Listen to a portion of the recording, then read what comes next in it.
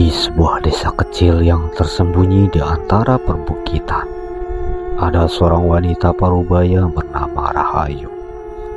Dia adalah seorang tabib yang dikenal karena kemampuannya meracik ramuan herbal untuk menyembuhkan berbagai penyakit.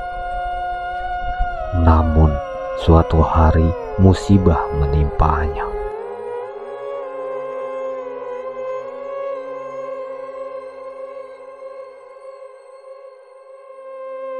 Di desa itu, sebuah wabah misterius menyebar, menyebabkan banyak penduduk jatuh sakit.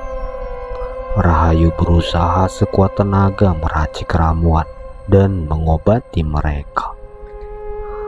Sayangnya beberapa pasien tidak kunjung sembuh dan sebagian bahkan meninggal. Warga mulai berbisik-bisik, menuduhnya sebagai penyihir yang sengaja menyebarkan penyakit. Sebuah fitnah pun berkembang. Seorang mengklaim telah melihat Rahayu berbisik pada roh-roh di tengah malam. Sementara yang lain bersumpah bahwa ramuan yang ia berikan justru membuat penderita semakin parah. Ketakutan dan kemarahan pun membakar hati warga.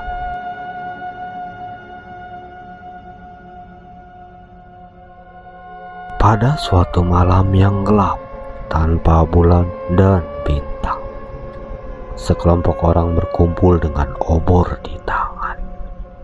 Mereka menyeret Rahayu keluar dari rumahnya, menuduhnya sebagai biang keladi bencana yang menimpa desa. Rahayu menangis, memohon ampun, berusaha menjelaskan bahwa dirinya tidak bersalah. Namun kebencian telah membutakan mereka. Mereka mengikat Rahayu di sebuah tiang kayu di tengah alun-alun desa. Kayu kering disusun di sekelilingnya. Seorang pria tua yang mengaku sebagai pemuka desa berteriak, "Kita harus membersihkan desa ini dari kutukan penyihir."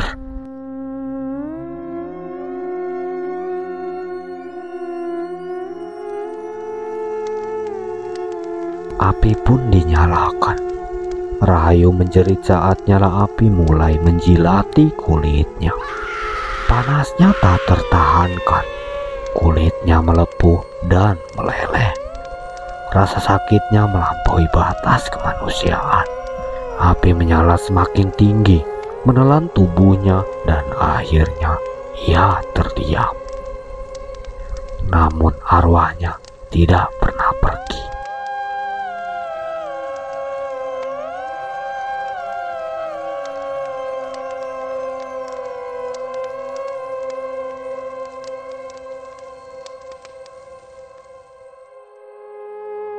Bertahun-tahun setelah kejadian itu, desa mulai kembali tenang.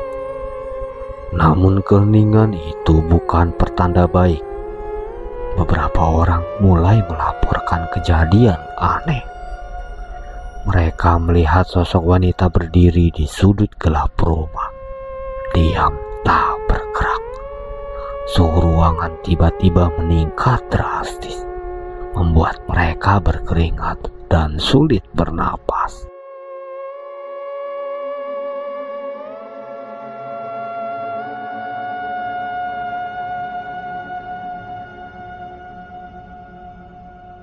Suatu malam, seorang petani bernama Wiryo pulang terlambat dari ladang.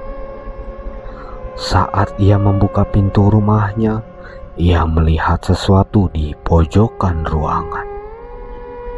Sosok itu berdiri diam, tubuhnya penuh luka bakar, kulitnya meleleh seperti lilin, dan matanya bersinar merah seperti bara api.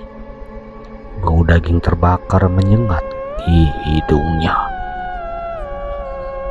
Wiryo terpaku, tak bisa bergerak. Matanya bertemu dengan mata sosok itu.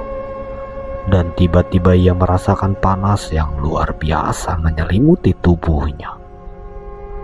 Ia berteriak, merasakan kulitnya seperti terbakar.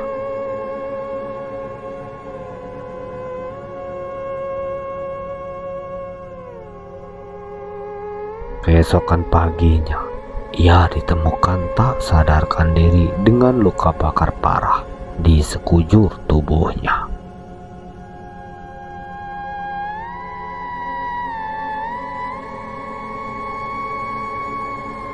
Desa kembali diliputi ketakutan. Orang-orang mulai berbicara tentang Wawa Geni, roh yang terjebak api. Mereka percaya bahwa setiap kali ada seseorang yang menatap matanya terlalu lama, mereka akan merasakan siksaan yang sama seperti yang dialaminya dulu.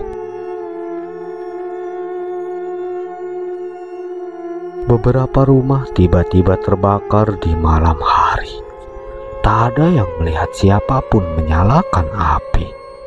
Namun saat api dipadamkan, di antara abu yang tersisa selalu ditemukan jejak kaki hangus yang berujung pada sosok menghilang ke dalam kegelapan.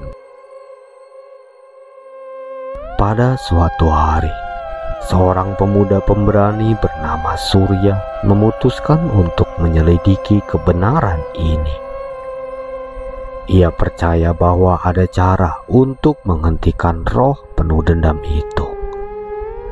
Bersama seorang dukun tua, ia mencari makam rahayu yang terabaikan. Dukun itu menyarankan agar mereka melakukan ritual permohonan maaf. Namun sebelum mereka sempat memulai, suara jeritan melengking terdengar. Dari kegelapan muncul Wawa Geni, matanya menyala seperti bara api.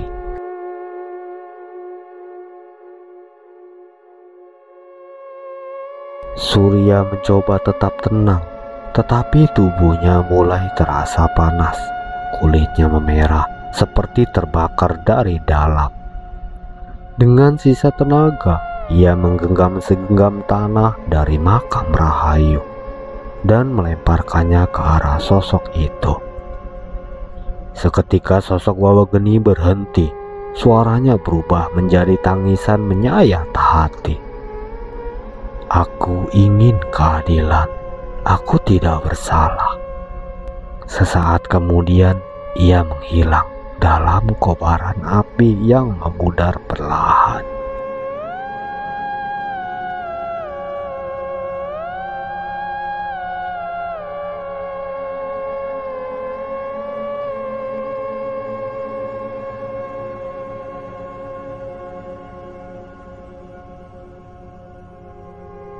Setelah malam itu, teror Wawa Geni mereda. Tetapi kisahnya tetap hidup dalam bisikan-bisikan malam. Beberapa orang percaya bahwa ia masih mengawasi desa itu, menunggu saatnya untuk kembali. Dan setiap kali ada udara tiba-tiba menjadi panas di tengah malam, orang-orang berbisik takut. Ia masih di sini.